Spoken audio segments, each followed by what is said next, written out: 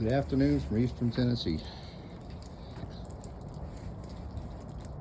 This is our chicken waterer, and I always do it without the water freezing up. I checked with Tractor Supply, they have the cups, but if you get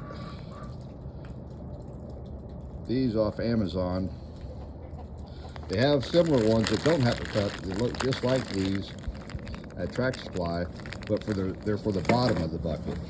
So you'd have to hang the bucket in the air and then have the nipples on the underneath,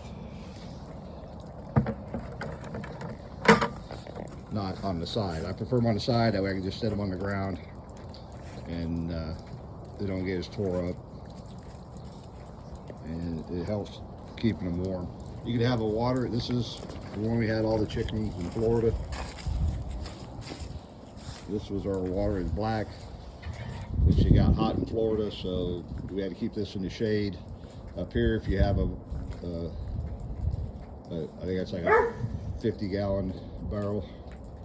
If you have one that size and it's black, it'll stay even warmer if you get it in the sun during this, what's the next one, the Arctic vortex.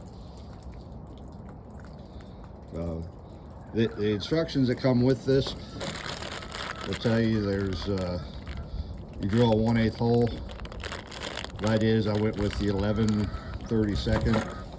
It's a fraction smaller, and then just Teflon tape, and that way I don't have to, if you see there's a gap, I don't have to screw them in all the way. I can get them tight and then still have this portion be at the bottom. You can see it's spring loaded, and the water feeds out and the chickens drink it. It keeps it clean.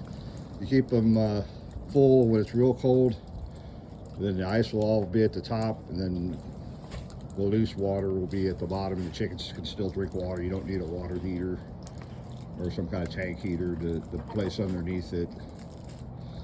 Dummy picking up trash. What you got? What you got? Like I say, you just drill the hole in. These are tapered, so they start out loose and they get tighter as you screw them in.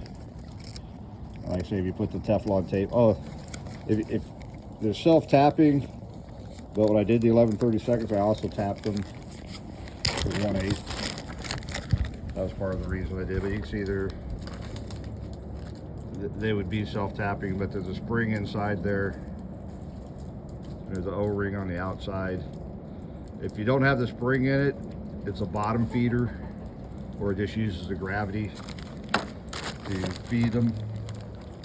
And then one other thing I did is in these handle holes, there's a hole. I stick like a pinhole, the smallest drill bit I had, and drilled a hole in here because all my lids were paint can lids, so they had a seal on there. And if you get a seal, these aren't vented, so you get a vapor lock where the water will stop coming out about a quarter, when you get about a quarter of the water gone, and basically you get not enough air. So I drilled one hole on each side. I don't know if you can see it up in there or not, but it's just a little pinhole.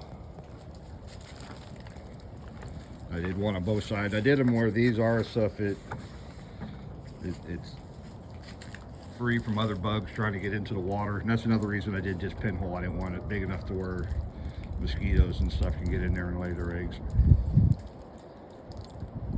There you have it. You can do it in 5-gallon size, 7-gallon, 10-gallon, up to 50, even more if you want to do. We have the flock segregated out so that they each have their own water feeder.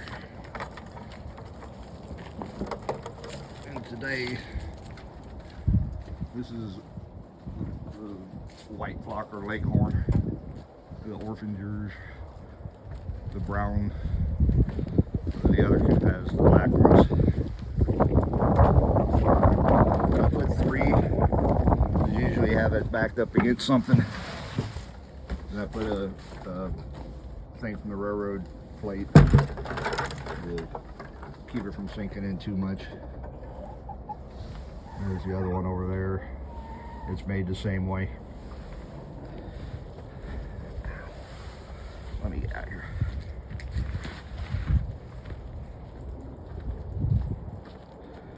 And that's water for winter vortex.